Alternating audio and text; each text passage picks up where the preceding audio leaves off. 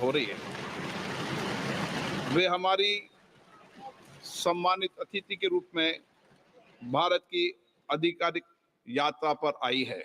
यह हमारे लिए खुशी की बात है कि डॉक्टर एक्सन बजट सत्र को देखने के लिए यहाँ उपस्थित है। माननीय डॉक्टर तुल्या एक्सन शुक्रवार दिनांक 19 जुलाई 2024 को भारत पहुंची। उन्होंने 21 जुलाई 2024 को आगरा का भ्रमण किया और इस समय वह विशेष बॉक्स में आसीन है। हम भारत में उनके सुखद और सफल प्रवास की कामना करते हैं। हम अंतर्संघीय संघ के प्रेसिडेंट के रूप में उनकी भूमिका के लिए सफलता की भी कामना करते हैं। उनके माध्यम से हम तंजानिया गणराज्य की संसद के सदस्यों, तंजानिया की सरकार तथा वहां की मित्र जनता को बधाई और शुभकामनाएं देते हैं। मान्य सदस्यगण, जैसा कि आपको समाचार भाग 2 के माध्यम से पहले ही सूचित किया जा चुका है कि माननीय वित्त मंत्री जी के बजट भाषण की प्रतियां हार्ड कॉपी के रूप में उपलब्ध कराई जाएगी। अतः बजट प्रस्तुत हो जाने के पश्चात माननीय सदस्य कृपया बजट भाषण की अपनी अपनी प्रति प्रकाशन काउंटर से प्राप्त कर लें। आपको ये भी सूचित किया जाता है कि माननीय मंत्री द्वारा बजट प्रस्तुत किए जाने के पश्चात बजट की प्रतियां आपको मेंबर्स पोर्टल के माध्यम से भी उपलब्ध करा दी जाएगी। माननीय वित्त मंत्री Shrimati Nirmala Sitharaman.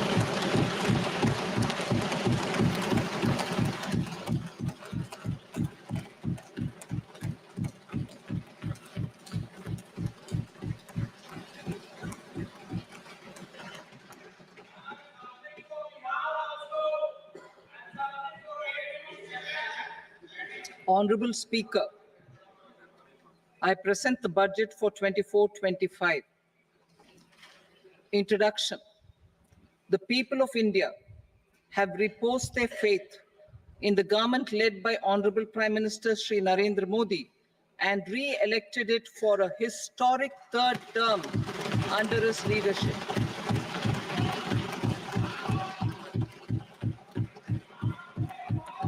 We are grateful for their support, faith, and trust in our policies.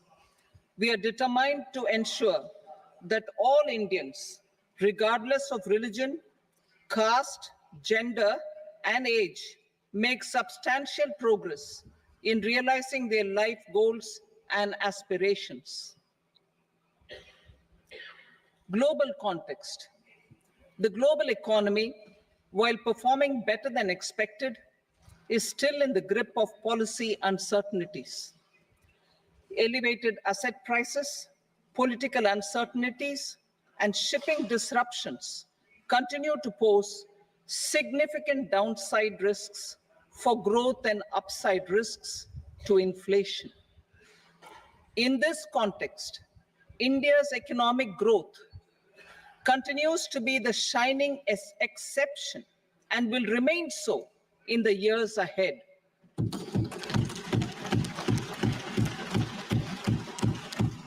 India's inflation continues to be low, stable, and moving towards the 4% target. Core inflation, that is non-food and non-fuel, currently is 3.1%. Steps are being taken to ensure supplies of perishable goods reach markets adequately. Interim budget. As mentioned in the interim budget, we need to focus on 4 major castes, namely the Garib, Mahilaye, Yuva, and Annadata, the poor, women, youth, and the farmer. For Annadata, we announced higher minimum support prices a month ago for all major crops, delivering on the promise of at least a 50% margin over costs. Pradhan Mantri Garib Kalyan Anna Yojana was extended for 5 years, benefiting more than 80 crore people. administrative actions for approval and implementation of various schemes announced in the interim budget are well underway. The required allocations have been made. Budget theme. Turning attention to the full year and beyond in this budget, we particularly focus on employment, skilling, MSMEs, and the middle class.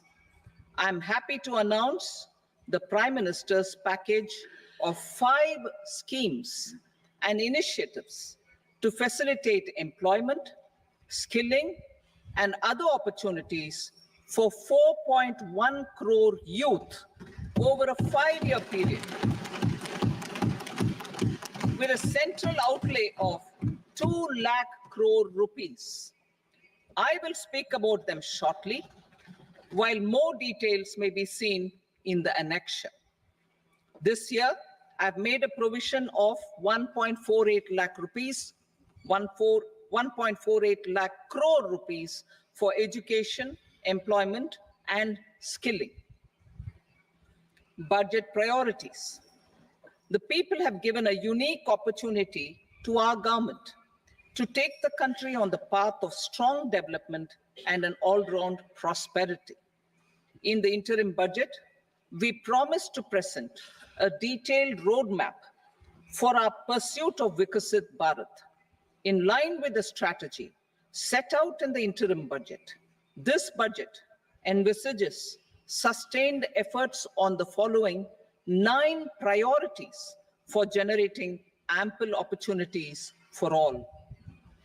Number 1, productivity and resilience in agriculture. Number 2, employment and skilling. Number 3, inclusive human resource development and social justice. 4, manufacturing and services.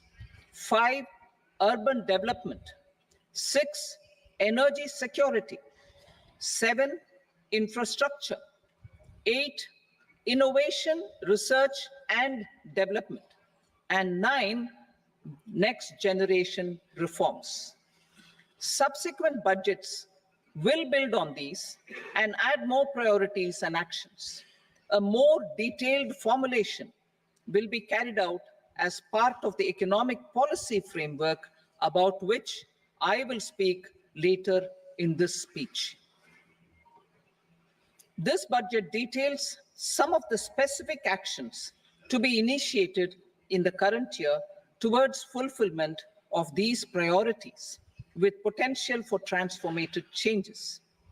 The budget also covers some of the previously made announcements with intent to strengthen them and step up their implementation for expediting our journey towards the goal of Vikasit Bharat. Priority 1, productivity and resilience in agriculture. Transforming agricultural research. Our government will undertake a comprehensive review of the agricultural research setup to bring the focus on raising productivity and developing climate resilient varieties. Funding will be provided in challenge mode, including to the private sector. Domain experts, both from the government and outside, will oversee the conduct of such research. Release of new varieties. New 109 high-yielding and climate-resilient varieties of 32 field and horticultural crops will be released for cultivation by farmers. Natural farming. In the next 2 years, 1 crore farmers across the country will be initiated into natural farming, supported by certification and branding. Implementation will be through scientific institutions and willing gram panchayats. 10,000 need-based bio-input resource centers will be established. Missions for pulses and oil seeds. For achieving self-sufficiency in pulses and oil seeds, We will strengthen their production, storage, and marketing. As announced in the interim budget, a strategy is being put in place to achieve Atmanirbharta for oil seeds such as mustard, groundnut, sesame, soybean, and sunflower. Vegetable production and supply chains. Large-scale clusters for vegetable production will be developed closer to major consumption centers. We will promote farmer-producer organizations, cooperatives, and startups for vegetable supply chains, including for collection and storage and marketing. Digital public infrastructure for agriculture. Buoyed by the success of the pilot project, our government, in partnership with the states, will facilitate the implementation of the digital public infrastructure in agriculture for coverage of farmers and their lands in 3 years. During this year, digital crop survey for Kharif using the DPI will be taken up in 400 districts. The details of 6 crore farmers and their lands will be brought into the farmer and land registries. Further, the issuance of Jan Samarth based Kisan credit cards will be enabled in 5 states. Shrimp production and export. Financial support for setting up a network of nucleus breeding centers for shrimp brood stocks will be provided. Financing for shrimp farming, processing, and export will be facilitated through NABARD. National cooperation policy. Our government will bring out a national cooperation policy for systematic, orderly, and all-round development of the cooperative sector, fast-tracking growth of rural economy and generation of employment opportunities on a large scale will be the policy goal. This year, I have made a provision of 1.52 lakh crore rupees for agriculture and allied sectors.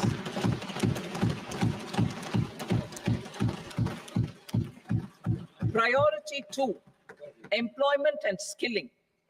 Employment-linked incentive. Our government will implement following 3 schemes for employment-linked incentive as part of the Prime Minister's package. These will be based on enrollment in the EPFO and focus on recognition of first-time employees and support to employees and employers. Scheme A, first-timers. This scheme will provide 1 month wage to all persons newly entering the workforce in all formal sectors.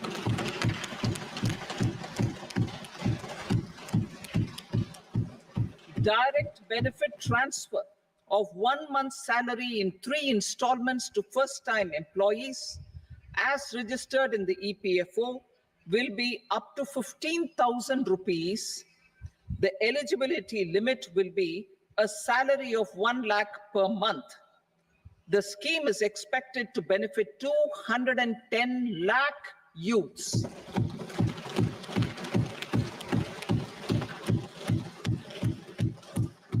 Scheme B, job creation in manufacturing.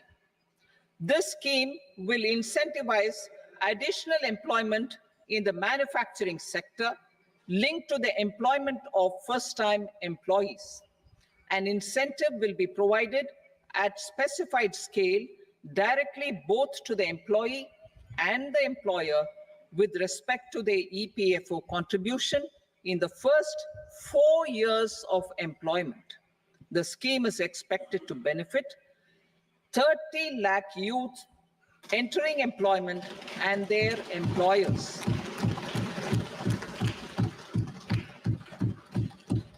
Scheme C, support to employers. This employer-focused scheme will cover additional employment in all sectors.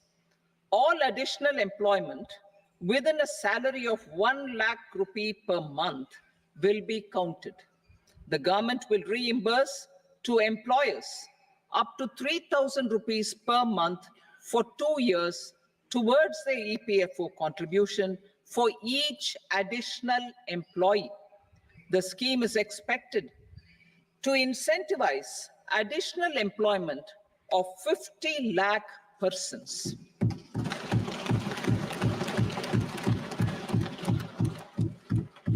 Participation of women in the workforce.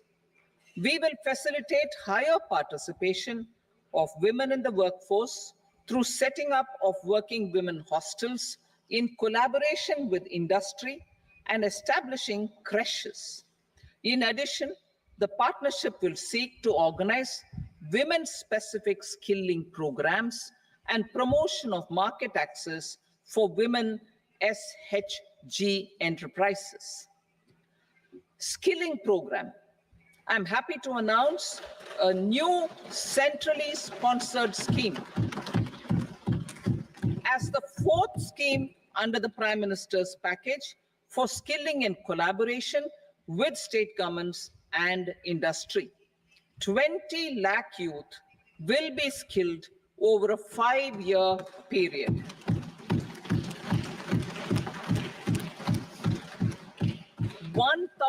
Industrial training institutes will be upgraded in hub and spoke arrangements with outcome orientation. Course content and design will be aligned to the skill needs of industry, and new courses will be introduced for emerging needs. Skilling loans.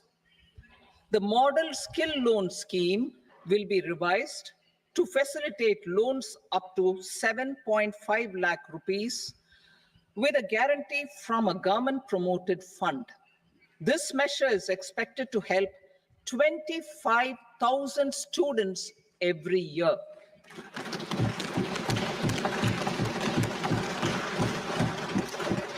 Education loans.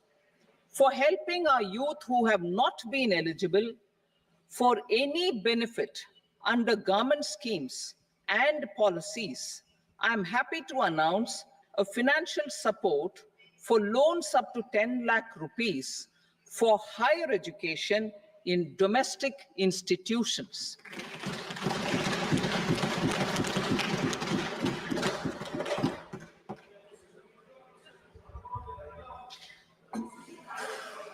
E-vouchers for this purpose. E-vouchers for this purpose will be given directly to 1 lakh students every year for annual interest subvention of 3% of the loan amount. Priority 3, inclusive human resource development and social justice. Saturation approach. Our government is committed to all-round, all-pervasive, and all-inclusive development of people, particularly farmers, youth, women, and the poor. For achieving social justice comprehensively, the saturation approach of covering all eligible people through various programs, including those for education and health, will be adopted to empower them by improving their capabilities. Implementation of schemes meant for supporting economic activities by craftsmen, artisans, self-help groups, scheduled caste, scheduled tribe, and women entrepreneurs and street vendors such as the PM Vishwakarma, PM Swanidhi, National Livelihood Missions, and Stand Up India will be stepped up. Purvodaya. The states in the eastern part of the country are rich in endowments and have strong cultural traditions. We will formulate a plan, Purvodaya, for the all-round development of the eastern region of the country, covering Bihar, Jharkhand, West Bengal, Odisha, and Andhra Pradesh. This will cover human resource development, infrastructure, and generation of economic opportunities to make the region an engine to attain Vikasit Bharat. On the Amritsar-Kolkata Industrial Corridor, we will support development of an industrial node at Gaya. This corridor will catalyze industrial development of the eastern region. The industrial node at Gaya will also be a good model for developing our ancient centers of cultural importance into future centers of modern economy. This model shall showcase Vikas B, Virasat B in our growth trajectory. We will also support development of road connectivity projects, namely 1. Patna Purnia Expressway, 2. Buxar Bhagalpur Expressway, 3. Bodh Gaya, Rajgir, Vaishali and Darbhanga spurs, and 4. Additional 2-lane bridge over River Ganga at Buxar at a total cost of 26,000 crore rupees.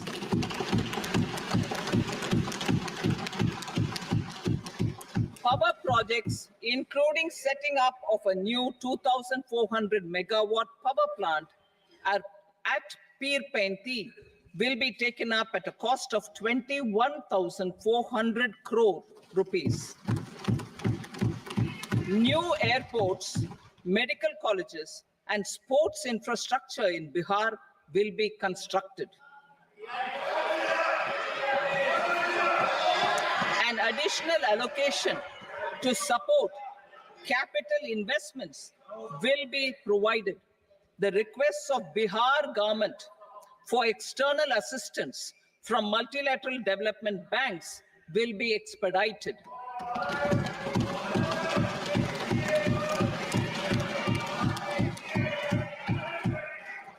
Andhra Pradesh Reorganization Act. Our government has made concerted efforts to fulfill the commitments in Andhra Pradesh Reorganization Act. Recognizing the state's need for the capital, recognizing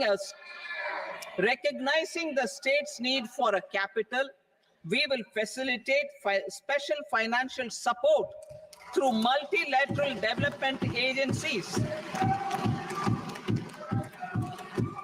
In the current financial year, 15,000 crore rupees will be arranged with additional amounts in future years.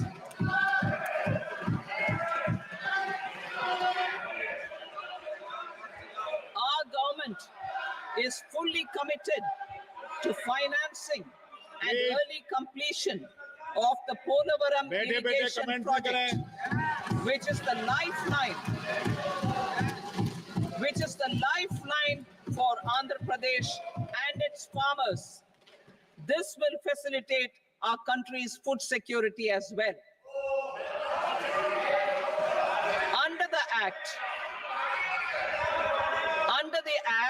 Andhra Pradesh Reorganization Act, for promoting industrial development, funds will be provided for essential infrastructure such as water, power, railways, and roads.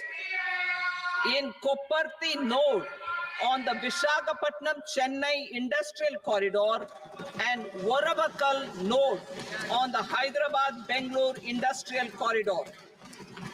An additional allocation will be provided this year towards capital investment for economic growth. Grants for backward regions of Rayalaseema, Prakasham, North Coastal Andhra, as stated in the Act, will be provided. PM Awas Yojana. 3 crore additional houses under the PM Awas Yojana in rural and urban areas in the country have been announced for which the necessary allocations are being made. Women-led development. For promoting women-led development, the budget carries an allocation of more than 3 lakh crore for schemes benefiting women and girls. This signals our government's commitment for enhancing women's role in economic development. Pradhan Mantri Janjatiya Unnat Gram Abhiyan. For improving the socio-economic condition of tribal communities, we will launch the Pradhan Mantri Janjatiya Unnat Gram Abhiyan by adopting saturation coverage for tribal families in tribal majority villages and aspirational districts.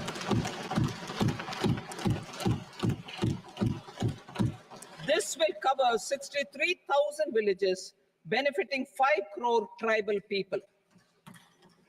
Bank branches in northeastern region.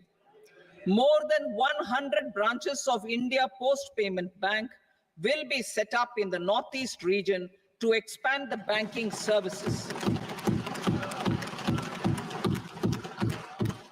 This year, I have made a provision of 2.66 lakh crore rupees for rural development, including rural infrastructure. Priority 4. Manufacturing and services, support for promotion of MSMEs. This budget provides special attention to MSMEs and manufacturing, particularly labor-intensive manufacturing. We have formulated a package covering financing, regulatory changes, and technology support for MSMEs to help them grow and also compete globally, as mentioned in the interim budget. I am happy to announce the following specific measures. Credit guarantee scheme for MSMEs in the manufacturing sector. For facilitating term loans to MSMEs for purchase of machinery and equipment without collateral or third-party guarantee, a credit guarantee scheme will be introduced. The scheme will operate on pooling of credit risks of such MSMEs. A separately constituted self-financing guarantee fund will provide to each applicant guarantee cover up to 100 crore rupees, while the loan amount may be larger. The borrower will have to provide an upfront guarantee fee and an annual guarantee fee on the reducing loan balance. New assessment model for MSME credit. Public sector banks will build their own in-house capability to assess MSMEs for credit instead of relying on external assessment. They will also take a lead in developing or getting developed a new credit assessment model based on the scoring of digital footprints of the MSMEs in the economy. This is expected to be a significant improvement over the traditional assessment of credit eligibility based only on asset or turnover criteria. That will also cover MSMEs without a formal accounting system. Credit support to MSMEs during stress period. I'm happy to announce a new mechanism for facilitating continuation of bank credit to MSMEs during their stress period while being in special mention account, SMA stage for reasons beyond their control. MSMEs need credit to continue their business and to avoid getting into the NPA stage. Credit availability will be supported through a guarantee from a government-promoted fund. Mudra loans. The limit of Mudra loans will be enhanced to 20 lakh from the current 10 lakh for those entrepreneurs who have availed and successfully repaid previous loans under the Tarun category. Enhanced scope for mandatory onboarding in TREDS. For facilitating MSMEs to unlock their working capital by converting their trade receivables into cash, I propose to reduce the turnover threshold of buyers for mandatory onboarding on the TREADS platform from rupees 500 crore to 250 crore rupees. This measure will bring 22 more CPSCs and 7,000 more companies onto the platform. Medium enterprises will also be included in the scope of the suppliers. SIDBI branches in MSME clusters. SIDBI will open new branches to expand its reach to serve all major MSME clusters within 3 years and provide direct credit to them. With the opening of 24 such branches this year, the service coverage will expand to 168 out of 242 major clusters. MSME units for food irradiation, quality and safety testing. Financial support for setting up of 50 multi-product food irradiation units in the MSME sector will be provided. Setting up of 100 food quality and safety testing labs with NABL accreditation will be facilitated. E-commerce export hubs to enable MSMEs and traditional artisans to sell their products in international markets. E-commerce export hubs will be set up in public-private partnership mode. These hubs, under a seamless regulatory and logistic framework, will facilitate trade and export-related services under one roof. Measures for promotion of manufacturing and services. Internship in top companies. As the fifth scheme under Prime Minister's package, our government will launch a comprehensive scheme for providing internship opportunities in 500 top companies to 1 crore youth in 5 years. They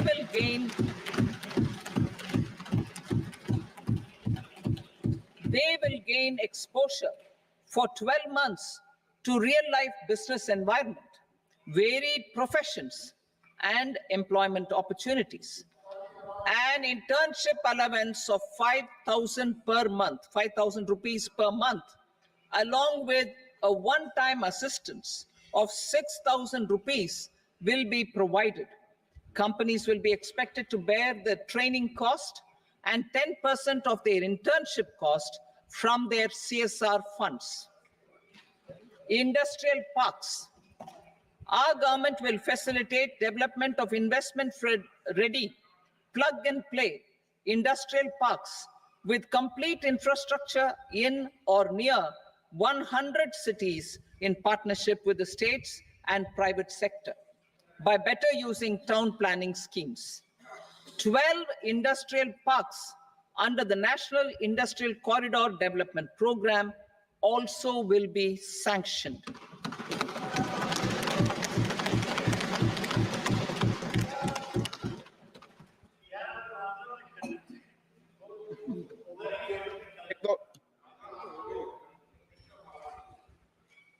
veggie भाई पर no please बैठिए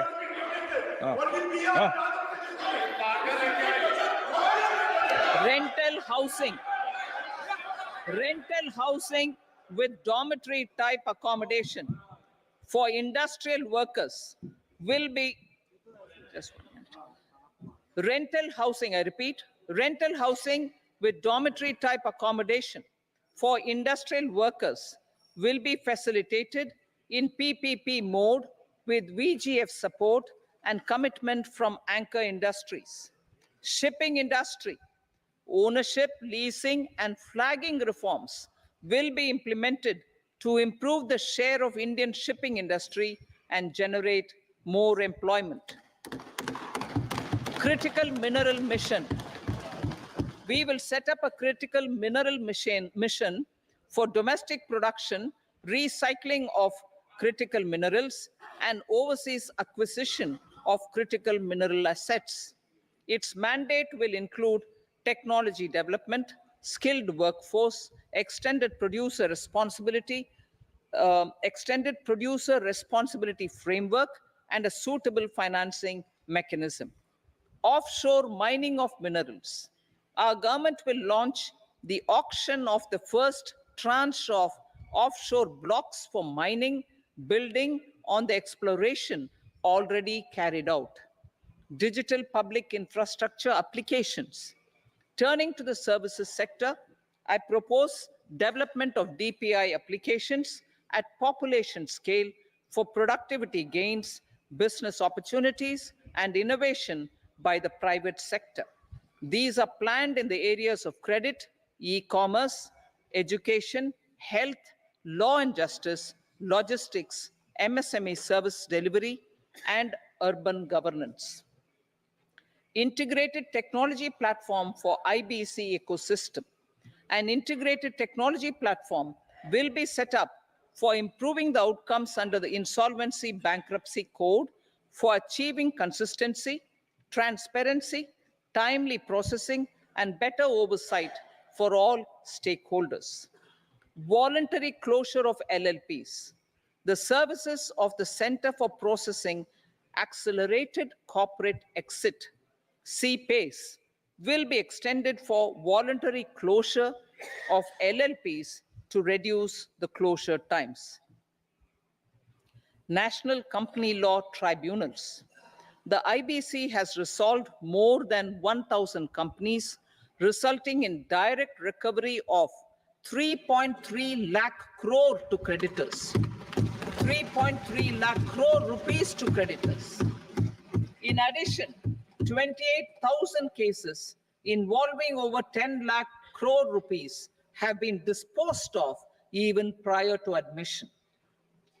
Appropriate changes to the IBC, reforms and strengthening of the tribunal and appellate tribunals will be initiated to speed up insolvency resolution.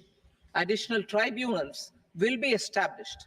Out of those, some will be notified to decide cases exclusively under the Companies Act. Debt recovery. Steps for reforming and strengthening debt recovery tribunals will be taken. Additional tribunals will be established to speed up recovery. Priority 5, urban development. Cities as growth hubs. Working with states, our government will facilitate development of cities as growth hubs. This will be achieved through economic and transit planning and orderly development of peri-urban areas utilizing town planning schemes. Creative redevelopment of cities. For creative brownfield redevelopment of existing cities with a transformative impact, our government will formulate a framework for enabling policies, market-based mechanisms, and regulation. Transit-oriented development. Transit-oriented development plans for 14 large cities with a population above 30 lakh will be formulated, along with an implementation and financing strategy. Urban housing. Under the PM Awas Yojana, Urban 2.0, housing needs of 1 crore urban poor and middle class families will be addressed with an investment of 10 lakh crore rupees. This will include the central assistance of 2.2 lakh crore rupees in the next 5 years. A provision of interest subsidy to facilitate loans at affordable rates is also envisaged. In addition, enabling policies and regulations for efficient and transparent rental housing markets with enhanced availability will also be put in place. Water supply and sanitation. In partnership with state governments and multilateral development banks, we will promote water supply sewage treatments, and solid waste management projects, and services for 100 large cities through bankable projects. These projects will also envisage use of treated water for irrigation and filling up of tanks in nearby areas. Street markets. Building on the success of PM Swanidhi scheme in transforming the lives of street vendors, our government envisions a scheme to support each year over the next 5 years the development of 100 weekly hearts or street food hubs in select cities. Stamp duty. We will encourage states which continue to charge high stamp duty to moderate the rates for all and also consider further lowering duties for properties purchased by women. This reform will be made an essential component of urban development schemes. Priority 6, energy security, energy transition. In the interim budget, I had announced our strategy to sustain high and more resource efficient economic growth, along with the energy security in terms of availability, accessibility, and affordability. We will bring out a policy document on appropriate energy transition pathways that balances the imperatives of employment, growth, and environmental sustainability. PM Surya Ghar Muft Bijli Yojana. PM Surya Ghar Muft Bijli Yojana. In line with the announcement in the interim budget,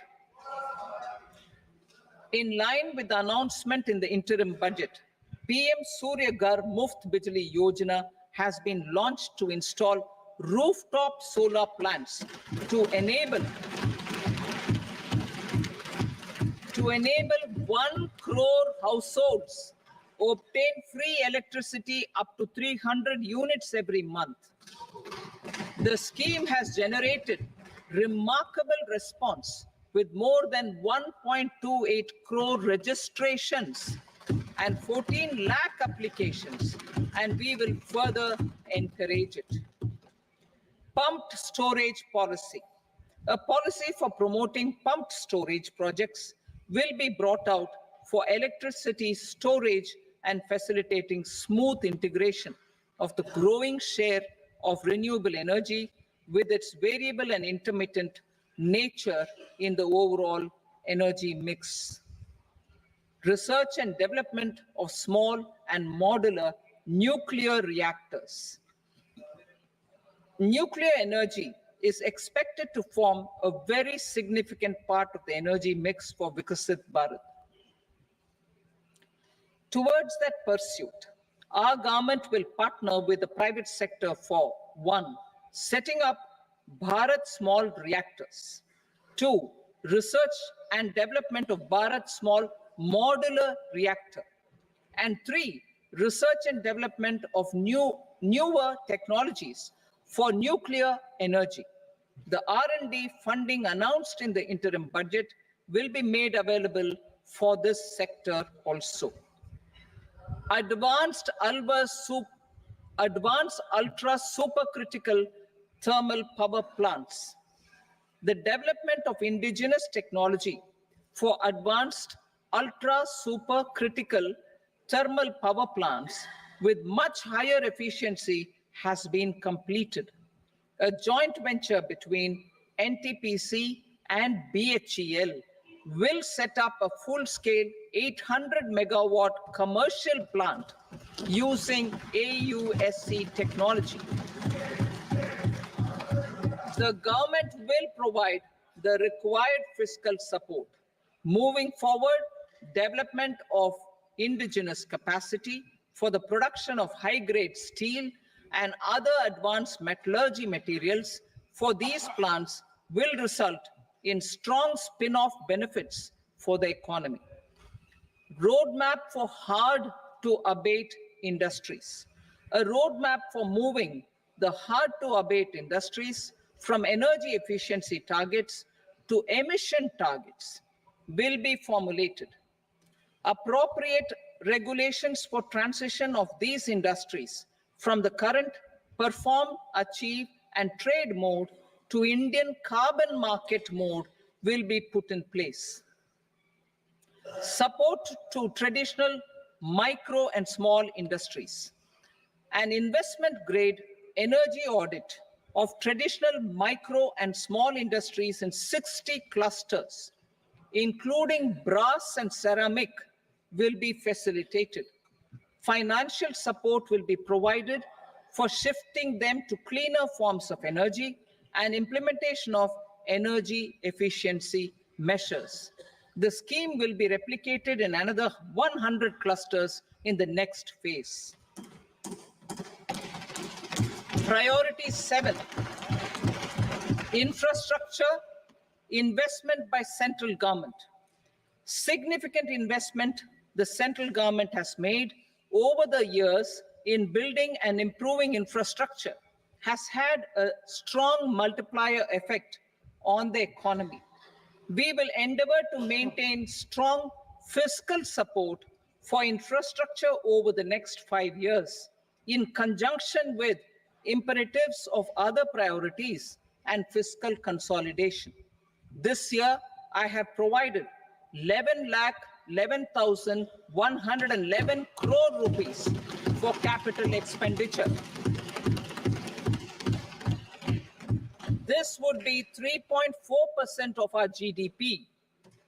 Infrastructure investment by state governments.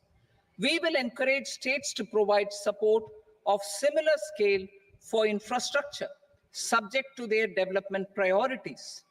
A provision of 1.5 lakh crore rupees for long-term interest-free loans have been made this year also to support the states in their resource allocation.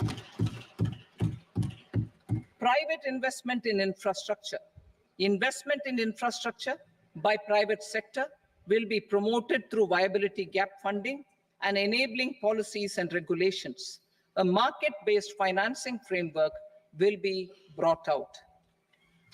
Pradhan Mantri Gram Sadak Yojana, phase 4 of the PMGSY will be launched to provide all-weather connectivity to 25,000 rural habitations, which have become eligible in view of their population increase.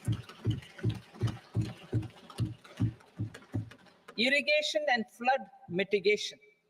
Bihar has frequently suffered from floods, many of them originating outside the country. Plans to build flood control structures in Nepal are yet to progress. Our government, through the Accelerated Irrigation Benefit Program and other sources, will provide financial support for projects with estimated cost of 11,500 crore rupees, such as the Kosi-Michi intra-state link and 20 other ongoing and new schemes, including barrages, river pollution abatement, and irrigation projects. In addition, survey and investigation of Kosi-related flood mitigation and irrigation projects will be undertaken.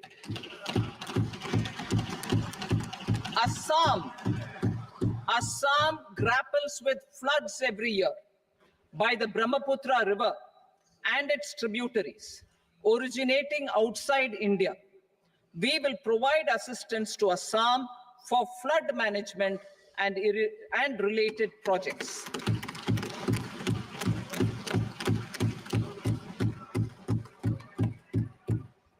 Himachal Pradesh suffered extensive losses due to floods last year.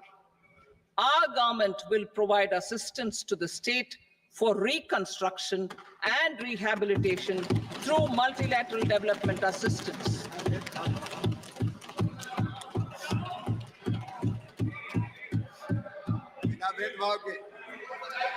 Uttarakhand Uttarakhand too suffered losses due to cloudbursts and massive landslides. We will provide assistance to the state. Recently, Sikkim witnessed devastating flash floods and landslides that wreaked havoc across the state. Our government will provide assistance to the state. Tourism. Tourism has always been a part of our civilization. Our efforts in positioning India as a global tourist destination will also create jobs, stimulate investments, and unlock economic opportunities for other sectors. In addition to the measures outlined in the interim budget, I propose the following measures. Vishnupad Temple at Gaya and Mahabodhi Temple at Bodh Gaya in Bihar are of immense spiritual significance. Comprehensive development of Vishnupad Temple corridor and Mahabodhi Temple corridor will be supported, modeled on the successful Kashi Vishwanath Temple corridor to transform them into world-class pilgrim and tourist destinations. Rajgir holds immense religious significance for Hindus, Buddhists, and Jains. The 20th Tirthankara Muniswarata temple in the Jain temple complex is ancient. The Saptarishi, or the 7 hot springs, form a warm water Brahmkund that is sacred. A comprehensive development initiative for Rajgir will be undertaken. Our government will support the development of Nalanda as a tourist center, besides reviving Nalanda University to its glorious stature. Odisha's scenic beauty, temples, monuments, craftsmanship, wildlife sanctuaries, natural landscapes, and pristine beaches make it an ultimate tourism destination. Our government will provide assistance for their development to Odisha as well. Priority 8, innovation, research, and development. We will operationalize the Anusandhan National Research Fund for basic research and prototype development. Further, we will set up a mechanism for spurring private sector-driven research and innovation at commercial scale, with a financing pool of 1 lakh crore rupees in line with the announcement in the interim budget. Space economy. With our continued emphasis on expanding the space economy by 5 times in the next 10 years, a venture capital fund of 1,000 crore rupees will be set up. Priority 9, next generation reforms. Economic policy framework. We will formulate an economic policy framework to delineate the overarching approach to economic development and set the scope of the next generation of reforms for facilitating employment opportunities and sustaining high growth. Our government will initiate and incentivize reforms for 1, improving productivity of factors of production, and 2, facilitating markets and sectors to become more efficient. These reforms will cover all factors of production, namely land, labor, capital, and entrepreneurship, and technology as an enabler of improving total factor productivity and bridging inequality. Effective implementation of several of these reforms requires collaboration between the center and the states, and building consensus as development of the country lies in development of the states. For promoting competitive federalism, and incentivizing states for faster implementation of reforms, I propose to earmark a significant part of the 50-year interest-free loan. Working with the states, we will initiate the following reforms.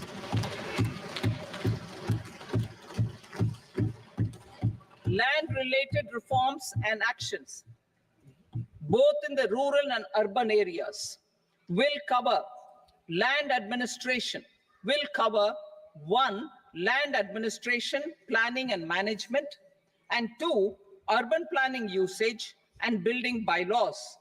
These will be incentivized for completion within the next 3 years through appropriate fiscal support. Rural land-related actions. Rural land-related actions will include 1, assignment of unique land parcel identification number, UL PIN, or Bhu Aadhaar for all lands. 2, digitization of cadastral maps. 3, survey of subdivisions, survey of map subdivisions as per current ownership. 4, establishment of land registry. And 5, linking to the farmers registry. These actions will also facilitate credit flow and other agricultural services. Urban land-related actions. Land records in urban areas will be digitized with GIS mapping. An IT-based system for property record administration, updating, and tax administration will be established. These will also facilitate improving the financial position of urban local bodies. Labor-related reforms. Services to labor. Our government will facilitate the provision of a wide array of services to labor, including those for employment and skilling. A comprehensive integration of e-Shram portal with other portals will facilitate such one-stop solution. Open architecture databases for the rapidly changing labor market, skill requirements, and available job roles, and a mechanism to connect job aspirants with potential employers and skill providers will be covered in these services. Shram Suvidha and Samadhan portal. Shram Suvidha and Samadhan portal will be revamped to enhance ease of compliance for industry and trade. Capital and entrepreneurship related reforms, financial sector vision and strategy. For meeting financing needs of the economy, our government will bring out a financial sector vision and strategy document to prepare the sector in terms of size, capacity, and skills. This will set the agenda for the next 5 years and guide the work of the government, regulators, financial institutions, and market participants. Taxonomy for climate finance. We will develop taxonomy for climate finance for enhancing the availability of capital for climate adaptation and mitigation. This will support achievement of the country's climate commitments and green transition. Variable capital company structure. We will seek the required legislative approval for providing an efficient and flexible mode for financing leasing of aircrafts and ships and pooled funds of private equity through a variable company structure. Foreign direct investments and overseas investment. The rules and regulations for foreign direct investment and overseas investments will be simplified to 1, facilitate foreign direct investments, 2, nudge prioritization, and 3, promote opportunities for using Indian rupee as a currency for overseas investment. NPS Vatsalya. NPS Vatsalya, a plan for contribution by parents and guardians for minors, will be started. On attaining the age of majority, the plan can be converted seamlessly into a normal NPS account. Use of technology. We have successfully used technology for improving productivity and bridging inequality in our economy during the past 10 years. Public investment in digital infrastructure and innovations by the private sector have helped in improving access of all citizens, particularly the common people, to market resources, education, health, and services. We will step up adoption of technology towards digitalization of the economy. Ease of doing business. For enhancing ease of doing business, we are already working on the Jan Vishwas Bill 2.0. Further, states will be incentivized for implementation of the business reforms, action plans, and digitalization. Data and statistics. For improving data governance, collection, processing and management of data and statistics, different sectoral databases, including those established under the Digital India Mission, will be utilized with active use of technology tools. New pension scheme. The committee to review the NPS has made considerable progress in its work. I'm happy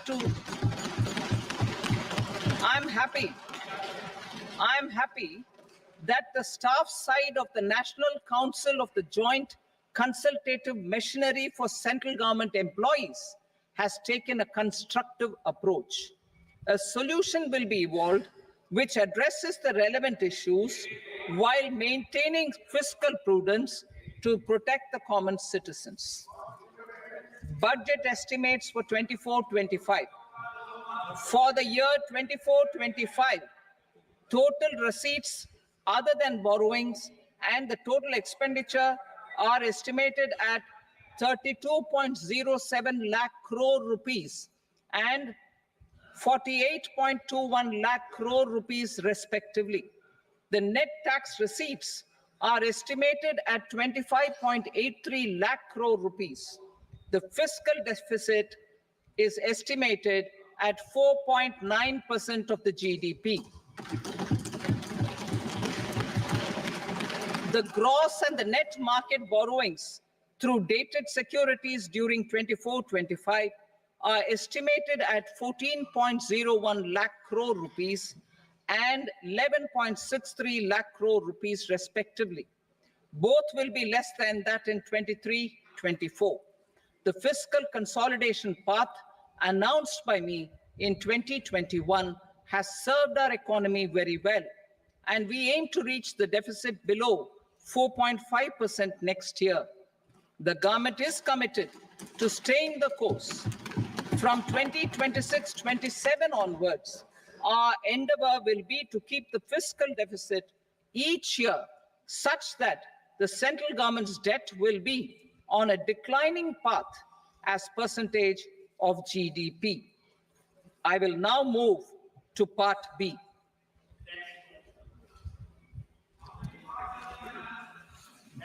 Indirect taxes. Sir, I start with GST. It has decreased tax incidence on the common man, reduced compliance burden and logistics cost for trade and industry, and enhanced revenues of the central and the state governments. It is a success of vast proportions. To multiply the benefits of GST, we will strive to further simplify and rationalize the tax structure and endeavor to expand it to the remaining sectors. My proposals for customs duties intend to support domestic manufacturing, deepen local value addition, promote export competitiveness, and simplify taxation while keeping the interest of the general public and consumers surmount. In Budget 22-23, we reduced the number of customs duty rates.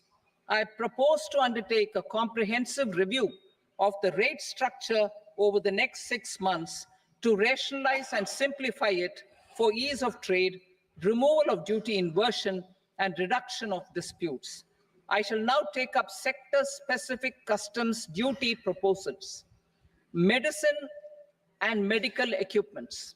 To provide relief to cancer patients, I propose to fully exempt 3 more medicines from customs duties.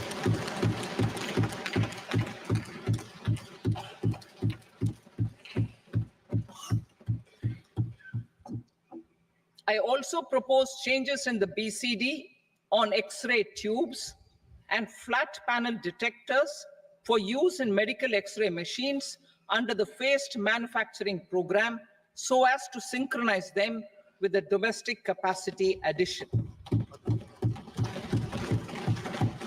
Mobile phone and related parts.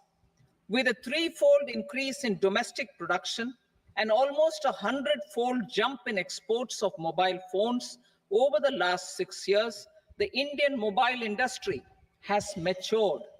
In the interest of consumers, I now propose to reduce the BCD on mobile phone, mobile PCBA, and mobile charger to 15%.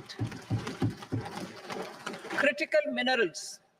Minerals such as lithium, copper, cobalt, and rare earth elements are critical for sectors like nuclear energy, renewable energy, space, defense, telecommunications, and high-tech electronics.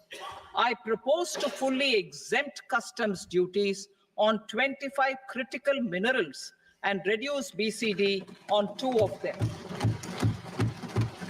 This will provide a major fillip to the processing and refining of such minerals and help secure their availability for these strategic and important sectors. Solar energy. Energy transition is critical in the fight against climate change. To support energy transition, I propose to expand the list of exempted capital goods for use in the manufacture of solar cells and panels in the country. Further, in view of sufficient domestic manufacturing capacity of solar gas, glass, and tinned copper interconnect, I propose not to extend the exemption of custom duties provided to them. Marine products. India's seafood exports in the last financial year touched an all-time high of more than 60,000 crores of rupees. Frozen shrimp accounted for about 2/3 of these exports. To enhance their competitiveness, I propose to reduce BCD on certain broodstock, polychaete worms, shrimp, and fish feed to 5%. I also propose to exempt customs duty on various inputs for manufacture of shrimp and fish feed. Leather and textile. Similarly, to enhance the competitiveness of exports in the leather and textile sectors, I propose to reduce BCD on real down-filling material from duck or goose. I am also making additions to the list of exempted goods for manufacture of leather and textile garments, footwear, and other leather articles for export. To rectify inversion in duty, I propose to reduce BCD subject to conditions on methylene diphenyl diisocyanate, MDI, for manufacture of spandex yarn from 7.5 to 5%. Furthermore, the export duty structure on raw hides, skin, and leather is proposed to be simplified and rationalized. Precious metals. To enhance domestic value addition in gold and precious metal jewelry in the country, I propose to reduce customs duties on gold and silver to 6% and that of platinum to 6.4%. Other metals, steel and copper are important raw materials. To reduce their cost of production, I propose to remove the BCD on ferronickel and blister copper. I am also continuing with nil BCD on ferrous scrap and nickel cathode and concessional BCD of 2.5% on copper scrap. Electronics. To increase value addition in the domestic electronics industry, I propose to remove the BCD subject to conditions on oxygen-free copper, for manufacture of resistors. I also propose to exempt certain parts for manufacture of connectors.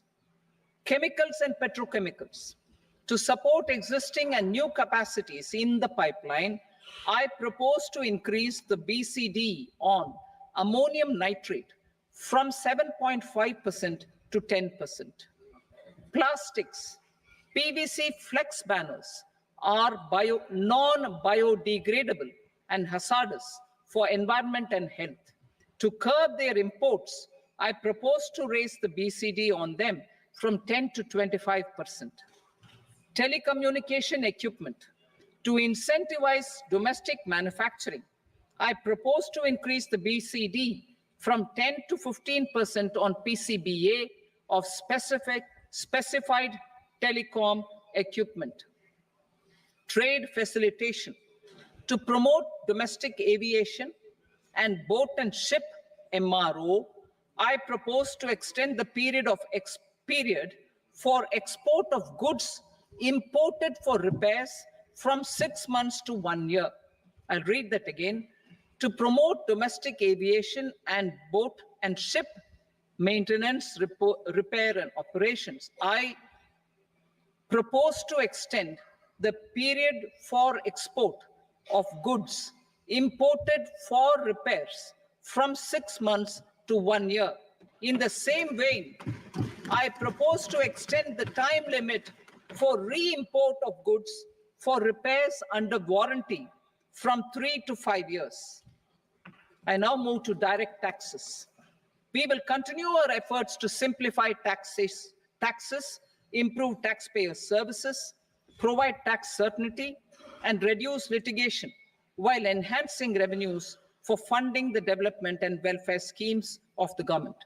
It has been our endeavor to simplify taxation. We have taken a number of measures in the last few years, including introduction of simplified tax regimes without exemptions and deductions for corporate tax and for personal income tax. This has been appreciated by taxpayers. 58% of corporate tax came from the simplified tax regime in the financial year 22-23. Similarly, as per data available till now, for the last fiscal, more than 2/3 have availed the new personal income tax regime. Comprehensive review of the Income Tax Act. I am now announcing a comprehensive review of the Income Tax Act 1961. The purpose is to make the act concise, lucid, easy to read and understand. This will reduce disputes and litigation, thereby providing tax certainty to the taxpayers. I will also bring down the demand embroiled in litigation. It is proposed to be completed in 6 months. A beginning is being made in the finance bill by simplifying the tax regime for charities, TDS rate structures, provisions of reassessment and such provisions, and capital gains taxation. Simplification for charities and TDS. Two tax exemption regimes. The two tax exemption regimes for charities are proposed to be merged into one.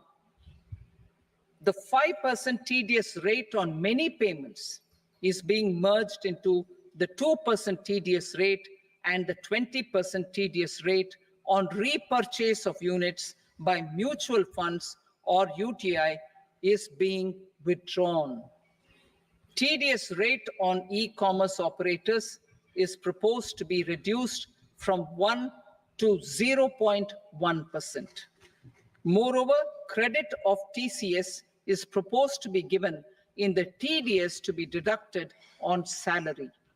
Further, I propose to decriminalize delay for payment of TDS up to the due date of filing statement for the same. I also plan to provide a standard operating procedure for TDS defaults and simplify and rationalize the compounding guidelines for such defaults.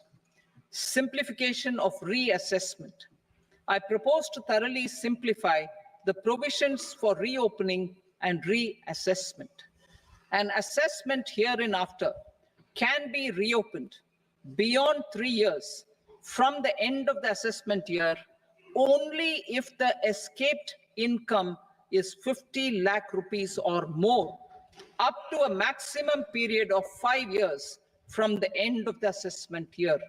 Even in such cases, a time limit of 6 years before the year of the search, as against the existing time limit of 10 years, is being proposed.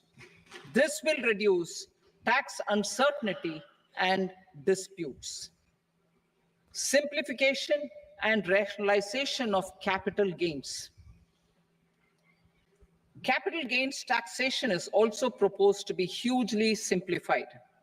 Short-term gains on certain financial assets shall henceforth attract a tax rate of 20%, while that on all other financial assets and all non-financial assets shall continue to attract the applicable tax rate. Long-term gains on all financial and non-financial assets, on the other hand, will attract a tax rate of 12.5%. For the benefit of the lower and the middle income classes, I propose to increase the limit of exemption of capital gains on certain financial assets to 1.25 lakh rupees per year.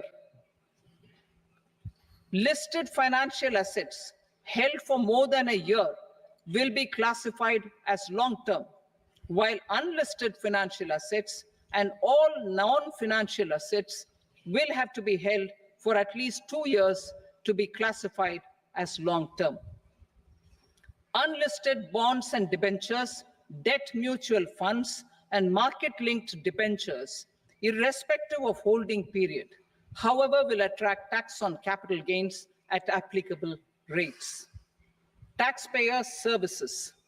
All the major taxpayer services under GST and most services under customs and income tax have been digitalized. All remaining services of customs and income tax, including rectification and order giving effect to appellate orders, shall be digitalized and made paperless over the next 2 years. Litigation and appeals. While our concerted efforts to reduce pendency of appeals at various appellate fora are beginning to show good results, it will continue to engage our highest attention.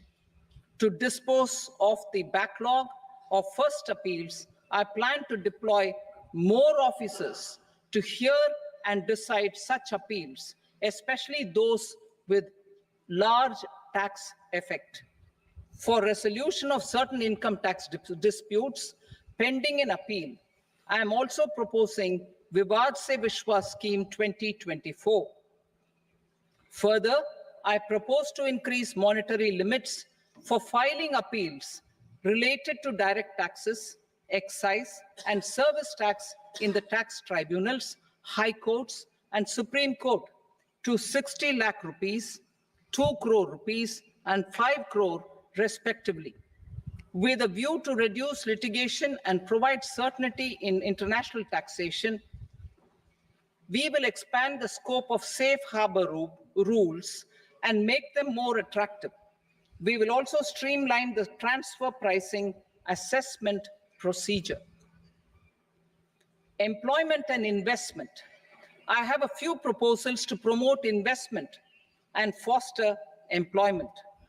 First of all, to bolster the Indian startup ecosystem, boost the entrepreneurial spirit, and to support innovation, I propose to abolish the so-called angel tax for all classes of investors.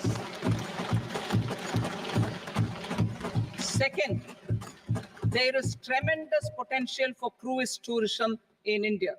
To give a fillip to this employment-generating industry, I am proposing a simpler tax regime for foreign shipping companies operating domestic cruises in the country. Third,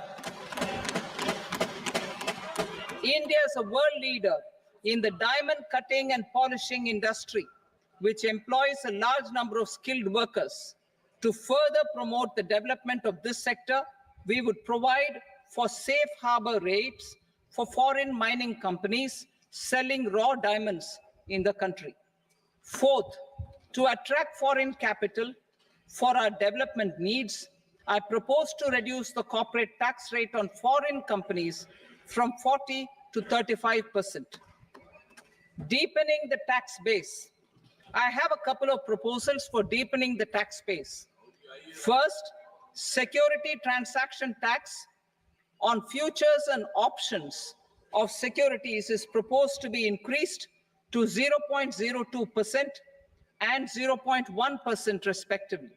Second, for reasons of equity, I propose to tax income received on buyback of shares in the hands of recipients. Other proposals. To improve social security benefits, deduction of expenditure by employers towards NPS is proposed to be increased from 10 to 14% of the employee's salary.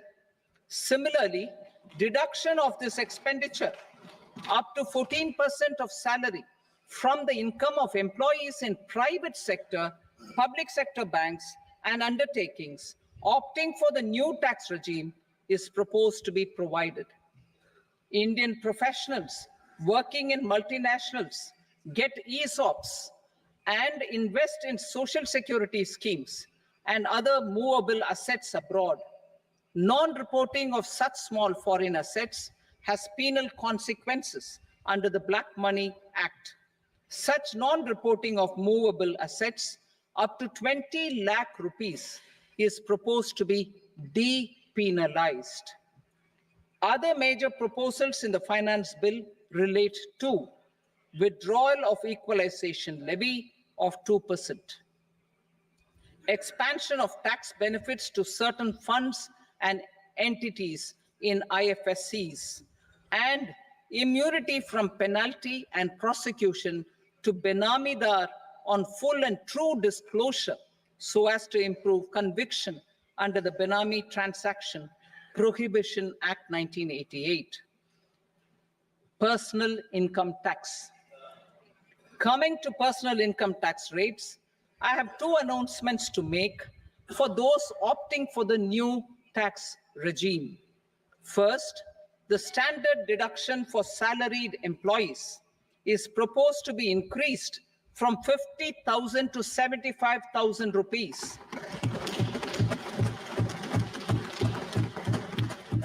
Similarly, deduction on family pension for pensioners is proposed to be enhanced from 15,000 to 25,000 rupees. This will provide relief to about 4 crore salaried individuals and pensioners.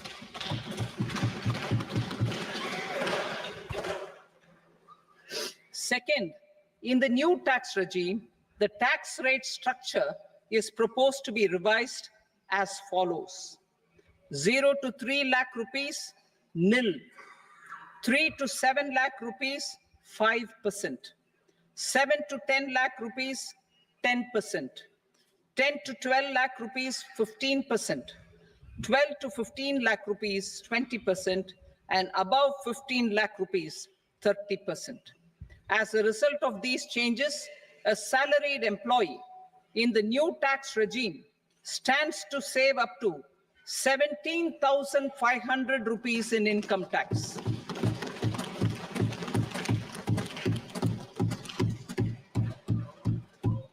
Apart from these, I am also making some other changes as given in the annexure. As a result of these proposals, revenue of about 37,000 crore, that is 29,000 crore in direct taxes and 8,000 crore in indirect taxes will be foregone, while revenue of about 30,000 crore rupees will be additionally mobilized. Thus, the total revenue foregone is about 7,000 crores annually. Mr. Speaker, sir, with this, I commend the budget to this august House. Jai Hind.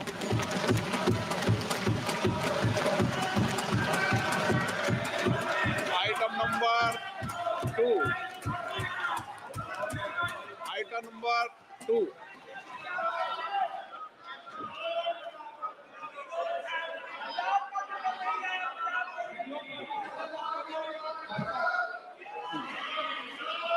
Sir, with your permission, I rise to lay on the table the following statements under Section 3 of the Fiscal Responsibility and Budget Management, FRBM Act 2003, Medium-Term Fiscal Policy cum Fiscal Policy Strategy Statement, and Macroeconomic Framework Statement.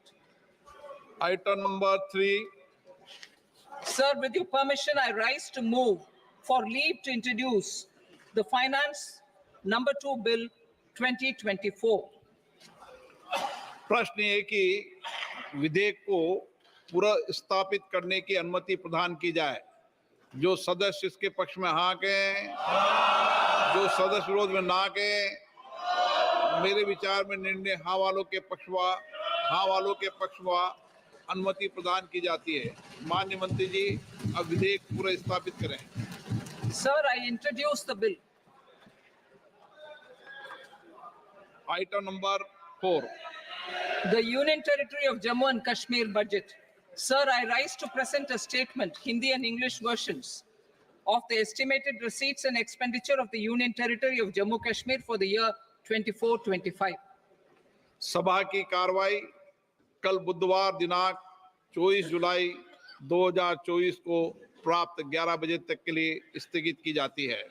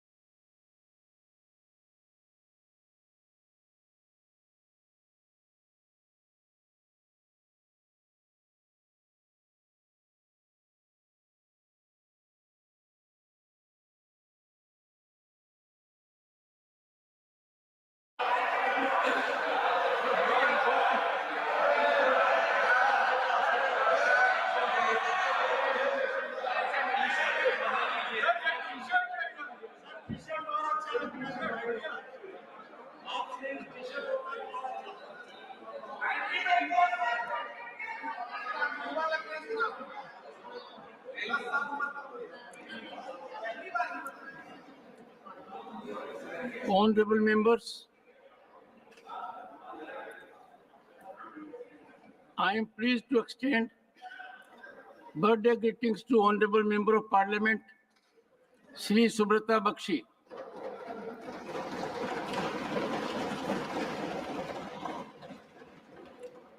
Shri Bakshi is a member of this August House since April 2020.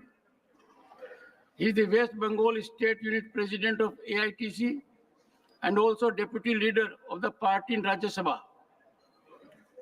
He brings with him a wealth of experience, a cabinet minister in West Bengal government, Minister of Public Works and Transport, member of Lok Sabha 2011 to 14 and 2014 to 19, and a member of West Bengal Legislative Assembly 2001 to 2011. He exemplifies amiability, decorous demeanor, and his participation has been highly impactful and enriching. He is married to Srimati Sahana Bakshi, and the couple is blessed with son Saptrashi. Honorable members, on behalf of this House, I wish him a long, healthy, and happy life and extend greetings to family members.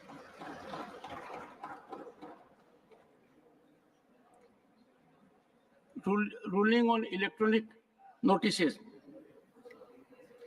Honorable members, yesterday I had indicated that I will give my ruling on the issue of electronic filing of notices. Honorable members, India's digital stride has globally been acknowledged. The World Bank chief, Shri Ajay Banga, reflected thus, I quote him, "I cannot praise enough what India is doing to open up space for entrepreneurs that is visible in the digital space. India put in place public digital infrastructure that is so well attuned for private initiatives to blend in to take advantage of this infrastructure," unquote. World Bank in its G20 document has reflected that India has achieved financial inclusion targets in just 6 years, which would otherwise have taken at least 47 long years, owing to its digital payment infrastructure, such as Jan Dhan Bank accounts, Aadhaar, and mobile phones, the gem trinity.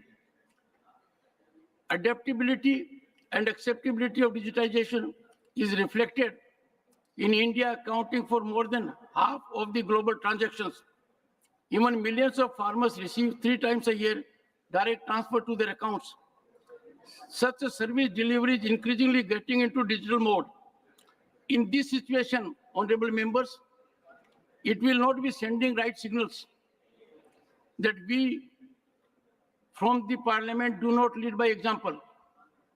After deep thought and taking into consideration the concerns raised by members, a suitable mechanism for facilitating the honorable members in the matter has been put in place, and an IT help desk has been set up in the lobby for resolution for their queries in this regard, as also for contingent situations.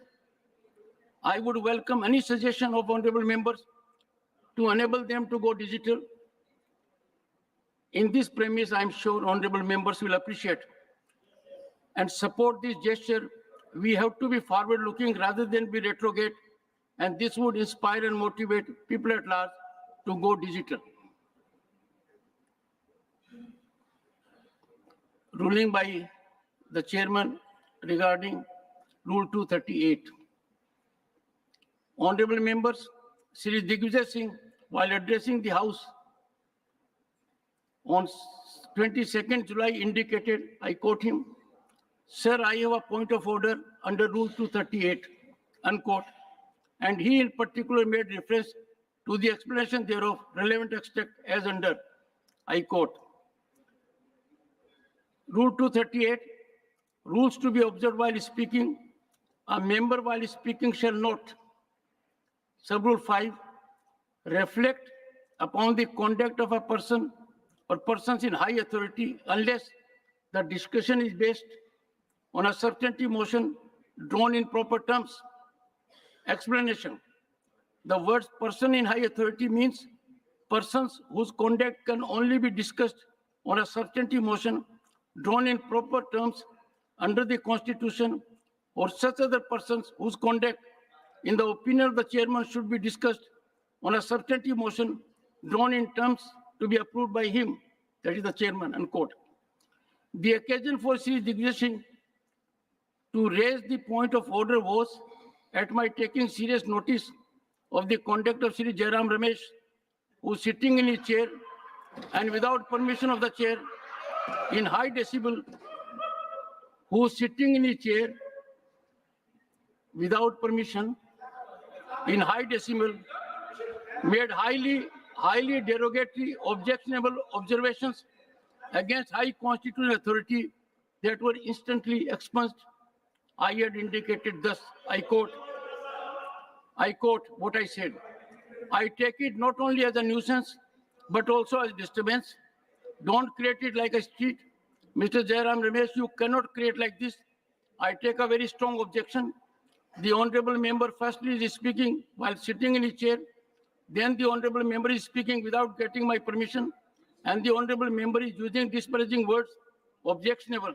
I appeal to the senior leadership that let us rise to the occasion and see that dignity of the House is not shattered, unquote. The contextual situation, as indicated, leaves no doubt that the point of order has been raised in a wholly inconceivable manner, and as a matter of fact, takes exception to the disregard of mandate of Rule 238 by Shri Jairam Ramesh. In this situation, the point of order raised by Shri Digvijay Singh under Rule 238(5) is without merit and declined.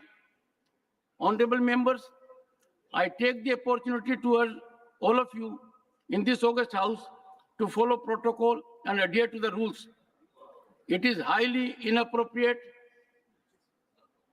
for a member to address the House without leave of the chair. In this case, the conduct of honorable member is aggravating as he in high decibel without leave of the chair, sitting in his seat, imparted unbecoming and disparaging remarks against high constitutional authority, causing disturbance and disruption in the House.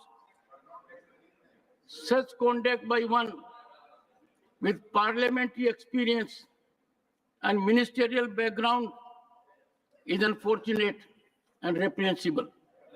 Given the frequency of such incidents, I urge the honorable member to reflect and adhere to rule-based conduct.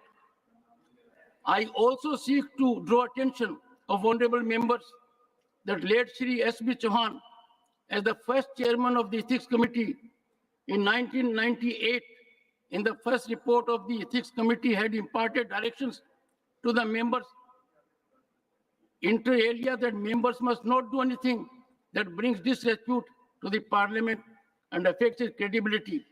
I would urge the honorable members to go through the report carefully and ensure that they uphold the standards it sets forth. The report, for the benefit of honorable members, has already been uploaded today on members portal. We need to exemplify, honorable members, our conduct that is worth emulation. And I would urge the honorable members, this is a very, very serious aspect.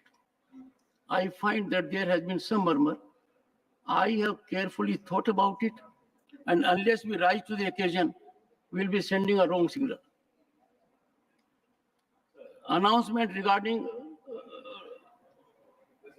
yes, Mr. Tiruchi Shiva. Because, sir, in the other house when we were, sir, an issue was raised about a member in the other house. And when objected that members of the other house who cannot have an opportunity to explain themselves, it cannot be raised.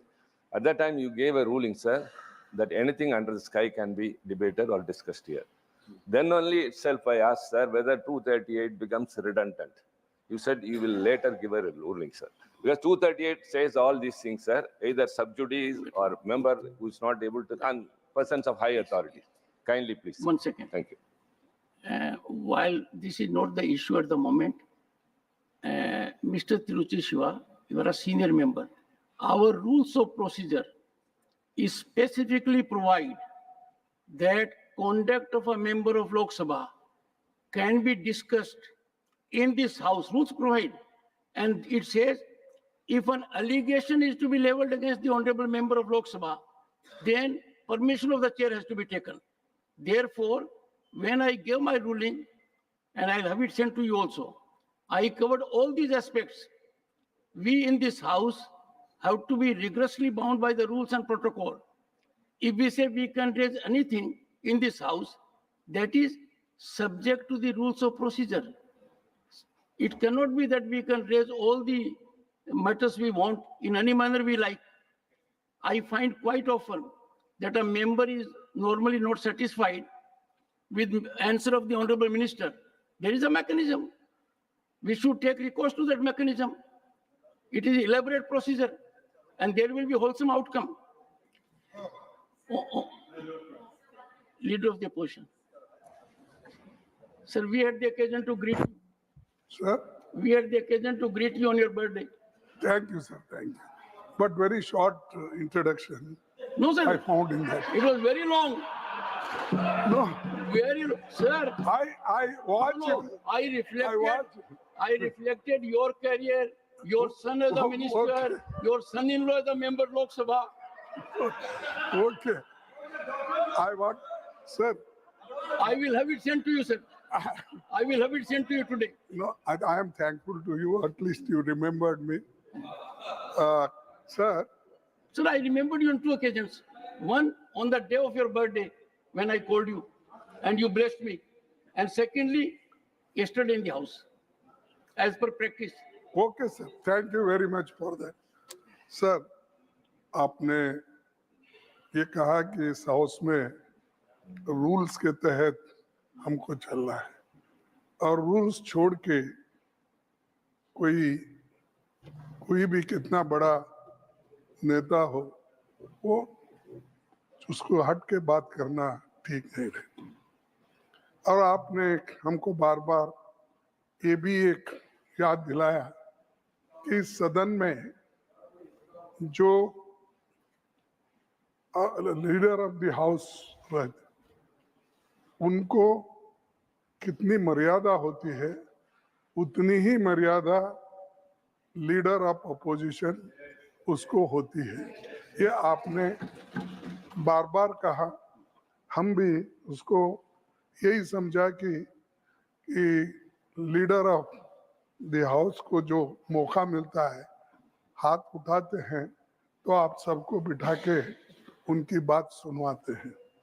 जब हम उठते हैं बहुत कोशिश करना पड़ता है कभी कभी, आज तो मिला चांस, लेकिन बाकी वक्त बहुत कोशिश करना, जद्दोजहद लड़ना, और इतना होता है कि रूल छोड़ के मैं आकर आपको पूछना मुझे भी वो शर्म आती है। लेकिन मैं जो गलत बात कहते इस हाउस में अगर उसको रिटॉर्ड करना है, जब मैं उठता हूं तो मेरे को भी वही हक होना चाहिए। जब प्रधानमंत्री जी ने कुछ बात कही, गलत बात कही, तब मेरे पास डॉक्यूमेंट थे, आरएसएस के डॉक्यूमेंट थे, जवाहरलाल नेहरू जी के डॉक्यूमेंट थे, डॉक्टर अम्बेडकर के थे, और संविधान के बारे में जवाहरलाल नेहरू और सर एक minute. No, it will not go on record, sir. Sir, I expect you. Sir, I expect you. No, sir. No, sir. No, sir. Please bear with me. Nothing will go on record now. Nothing is going on record. Please. Thank you. Thank you. Honorable members, I have received. Honorable members, I have received 5 notices under Rule 267. And imagine the agenda we have for the day. We want to have that agenda suspended. The notice from Shri Johar Sarkar, member seeking discussion over sudden spike in terrorist activities in Jammu and Kashmir. Srimati Sagarika Ghosh, Shri Saket Gokhale, Shri Mohammad Nadimul Haq, members have sought discussion over fake certificates being used for appointment through UPSC. Srimati Susmita Dev has demanded to abolish National Testing Agency and decentralize the examination process. Honorable members, the only listed business for today is laying of Union Budget 2024-2025, fiscal policy statements 2024-25, and the budget of Union Territory of Jammu and Kashmir 2024-25, which is a constitutional requirement in terms of Article 112 of the Constitution of India. I fail to comprehend what these members want to dispense. Do we not want these papers to be laid on the table of Rajya Sabha? Such a liberal use of Rule 267 is not doing any good to us. Honorable members may also recall that Rule 267 has been rarely resorted to in the past. Last time it was accepted in 2016. Keeping in view fact, 1 second, take your seat. Keeping in view fact that in the past 36 years, this provision has been allowed on about 6 occasions. And I get it on every sitting of the session, number of them.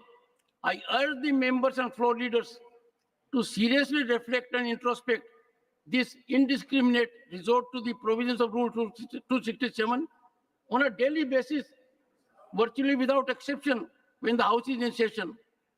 These notices do not conform to the directives imparted by the chair in this behalf. The same I cannot proceed myself to accept. Honorable members, Finance Minister Srimati Nirmala Sitharaman deserves congratulations and accolades for the milestone she has to her credit while presenting the budget before Parliament. The budget is Srimati Sitharaman's 7th consecutive union budget since 2019, including an interim one in February this year. The only finance minister to have done so. She surpasses the record of Sri Morarji Desai, who had presented 6 consecutive budgets from 1959 to 1964, including an interim budget. Finance Minister Nirmala Sitharaman happens to be Bharat's first full-time woman finance minister, appointed in 2019. She happens to be the first finance minister to present budget of the most populous nation, first woman finance minister to present budget for a government that is continually its third term. Honorable members, these accolades in a sense also exemplify Bharat's emerging empowerment of women and women-led empowerment.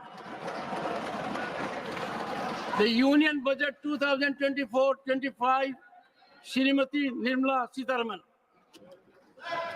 Sir, with your permission, I raise to lay on the table a statement in English and Hindi of the estimated receipt and expenditure of the government for the year 24-25.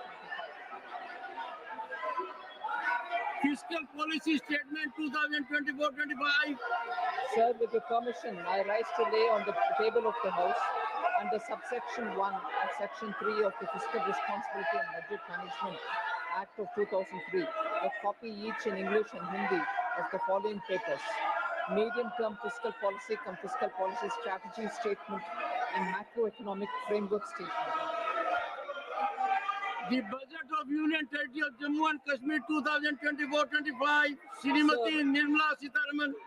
Sir, I rise to lay on the table statements in English and Hindi of the estimated receipt and expenditure 2024-25 of the Union Territory of Jammu and Kashmir with legislature.